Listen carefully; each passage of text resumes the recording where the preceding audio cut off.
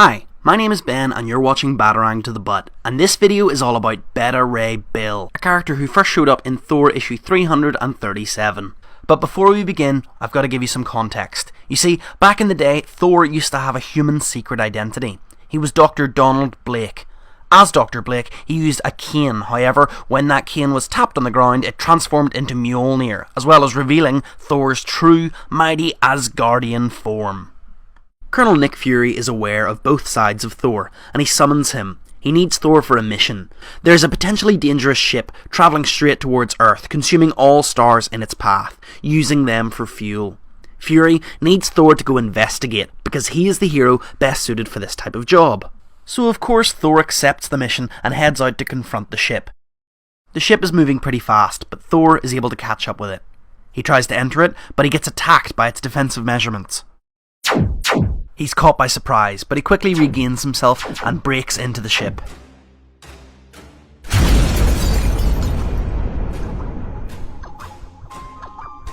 A moment passes before Thor is attacked. It is the owner of the ship, Beta Ray Bill, a monstrous, horse-like alien creature, clad in armour and technology. The two characters clash, but Bill seems to have mistaken Thor for something else. The ship continues to soar towards Earth, while the two are locked in battle. Beta Ray Bill seems to be a fearsome warrior, and a worthy opponent. But during the fight, Thor is separated from Mjolnir, returning him to his human form. Bill seizes his opportunity and knocks Thor out with ease. This gives Bill enough time to activate a layer of protection around him, and fortunately enough Thor, before the ship crashes into Earth. Meanwhile, Fury has been awaiting the ship, ready for Thor to emerge victorious. However, back inside the ship, Bill approaches the cane. It returns to its more powerful hammer form in his grasp. It powers Bill up in a similar fashion to Thor. He doesn't truly understand what is happening, but he can feel the power flowing through him. He finally exits the ship, but to find that S.H.I.E.L.D. are locked and loaded with tanks all pointed at his ship. Which, by the way, is called the Scuttlebutt, which I think is a pretty cool name, right? Obviously, he's not happy about this, and he lashes out with his newfound thunderous powers. However, he is very quickly interrupted by a giant vision of Odin. Odin is looking for Thor. However, he is honed in on Thor's powers and on Mjolnir, so instead of scooping up Thor, he takes Beta Ray Bill. When Thor comes around, he realises that he is trapped in his human form, and that Odin has taken Bill instead. As you can imagine, he is distraught. In the following issue, Thor issue 338, Bill arrives in Asgard to a crowd. They're all excited to see Thor. However, shocked and confused, Bill still feels like he's under attack. He grabs a local and demands answers, but once again, Odin steps in. Odin recognises that Bill is cloaked in the power of Thor, but demands to know where the true Thor is. Bill lashes out with Mjolnir, but Odin is the hammer's creator. Odin grabs the hammer and comes back at Bill with his own powers. Bill reveals that he won the hammer fairly in combat. He also begins to realise that these people and these events are not being caused by the so-called demons as he had believed. Odin summons the real Thor, while also returning his powers to him. Now that the pair have been reunited, the situation has calmed down. Odin offers Bill a chance to also calm down and be released. Bill sees the bond of love between Odin and his son, and now fully realises that these people are not the demons he thought them to be.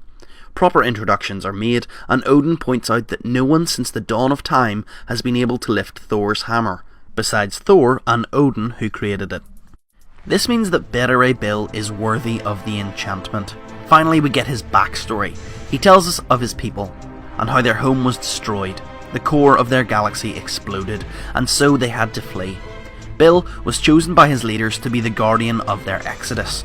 However, in order to be their guardian, he was changed. Their scientists bioengineered the most fearsome carnivore in their empire, made it even more powerful, and then they put Bill's soul into this new body. Therefore, Bill is not a classic example of his people, who are known as the Corbinites. He is in charge of protecting them and guiding them. He was given a warship, the Scuttlebutt, which has a built-in AI interface. The ship became one of Bill's closest companions. Unfortunately, along their travels, the Corbinites had begun to run out of food, and so many chose to be frozen in stasis until it was safe for them to emerge. Even more recently, they had been attacked by demons, and this is why Bill initially lashed out at Thor. It was to protect his people. If Bill had the powerful enchanted hammer, it would make his job a lot easier. However, the hammer belongs to Thor. Thor claims that because he was stuck in his mortal human form, that it wasn't actually a fair fight. But before the two warriors can begin bickering again, Odin steps in. He offers up a solution. Both Thor and Batarang Bill are worthy of the hammer, and they both have a claim to it. So the issue shall be decided in combat. A weaponless fight to the death. But because the fight could be so epic, it could destroy Asgard. So instead, they shall battle in the ruined land called Svartheim. The warriors both agree and are transported off. Thor arrives in Svartheim, a burnt landscape with aggressive rivers flowing through it. Thor takes it all in, but notes that he cannot see his opponent. But he isn't given long before the ground itself seems to erupt beneath his feet. Batarang Bill also takes this opportunity to reveal himself as he tackles Thor. The warriors tumble off a cliff as the landscape continues to crumble around them. They crash into the ground, but Thor is quick to throw Bill off. However, it doesn't take long for Bill to recover and bounce straight back in with another attack. Even in the midst of their battle, Bill explains that he doesn't want to do this, but Thor's own father has commanded it, so Odin's will be done. As the two continue to fight ferociously, Thor's internal monologue reveals his respect for Bill. He believes Bill to be a worthy and noble opponent. But this isn't an admission of defeat. Svartheim becomes a tool for them both to use. Rocks and boulders fly. Thor knocks Bill towards a river of lava. But luckily Bill lands on a rock platform, narrowly missing his doom. Thor jumps down to finish the job, but Bill has once again recovered. The two have one last mighty clash, completely draining them both of all of their energy. The two collapse onto the platform, exhausted. But they aren't safe yet. The platform is being pulled along in the tide of the magma river. Not far up ahead is a sheer cliff face. Bill regains consciousness just in time to notice the falls. He makes the quick decision that Thor is too brave to perish so meanly. And despite the pain and despite the exhaustion, he lifts the limp body of Thor and leaps to safety. As he lands, he is transported back to Asgard. The battle is over. Batarang Bill arrives back to an expectant crowd. He carries the body of Thor, who is still alive but clearly defeated. Bill proclaims to Odin that the hammer is now his. And now the story continues in issue 339. Bill arrives before the stunned Asgardian crowd, but quickly collapses, and for a moment there is silence. Then Odin demands his guards to bring the warriors to the royal physicians. Although both warriors are worn out, they will not perish this day, and so the two warriors are rushed off to receive medical help. Time has passed and Odin is visiting Bill during his recovery. Bill is honoured and grateful that Odin helped him, but he is torn. He has won the hammer and he knows how much it will help his people if he were able to wield it in battle. But he has had time to think about his circumstances. The hammer was made for Thor.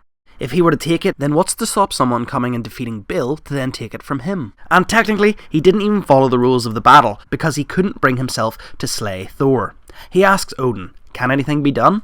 Odin believes that Bill has proven himself as able to wield great power wisely, and so he promises a gift. He doesn't reveal what it is yet, but promises that it will help save Bill's people. And with that, he sets off, travelling from Asgard to Nidavellir, the realm of the dwarfs. He requires their skills to help create this gift. So he speaks with Eitri, an old acquaintance. The dwarfs agree to help, but they ask of something in return. They want Odin to send his finest female warrior to face off against one of their own. If she were to lose the fight, she would have to stay as their champion's servant.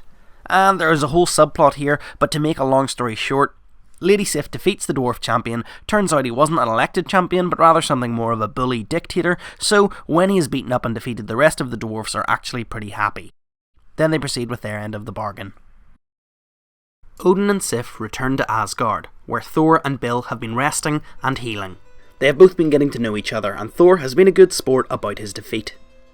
Upon her return, Sif speaks with Bill. He worries for his people because he has been apart from them for too long. but Lady Sif reassures him that Odin has been watching over them. She asks if he plans to settle down with them once they find a safe haven, but Bill does not believe that he can. When he was remade as a warrior, he traded in his humanity. He believes that he would no longer be accepted by the Corbinites.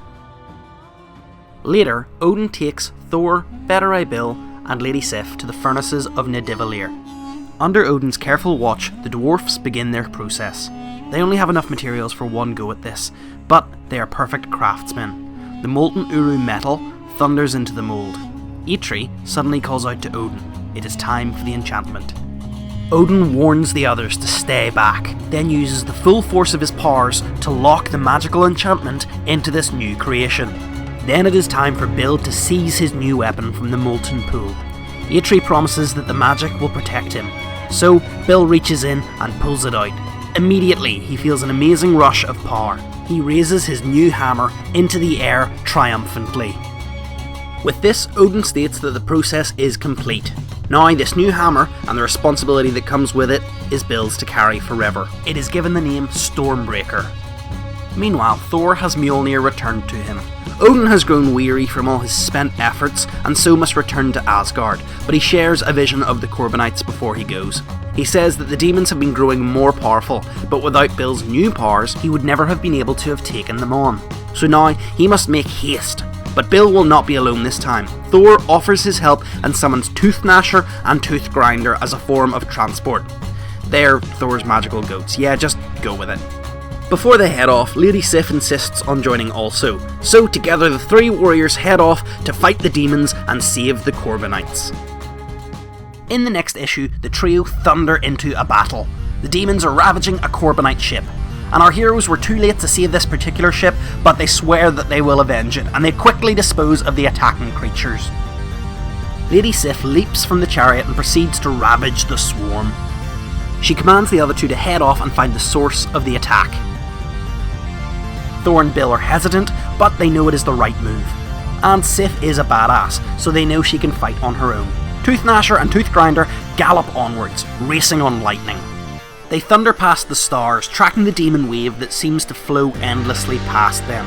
At last, they reach the galaxy's core, Bill's old homeworld. The creatures appear to be coming from a giant portal, and so the demon swarm is heaviest here. Our heroes are immediately surrounded and attacked, but these warriors will not be defeated so easily.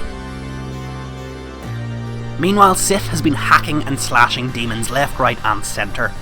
Suddenly she is joined by an unlikely ally. Bill's ship, the Scuttlebutt, has returned. Her repairs are complete and she's ready for action, which in this case means assisting Sif in fighting off demons. Together the duo attempts to lead the demons away from the fleet. Meanwhile, back at the galactic core, Thor and Bill are struggling to force their way through to the portal. But Thor has a plan. They split up. Bill leaps off the chariot at one side of the portal and Thor leaps off at the other. Then, the two warriors simultaneously throw their enchanted hammers at the centre of the portal. The weapons soar swiftly towards their target, and it releases an epic explosion upon impact. Meanwhile, back with Lady Sif and Scuttlebutt, their endless battle rages on, and things are beginning to look bleak.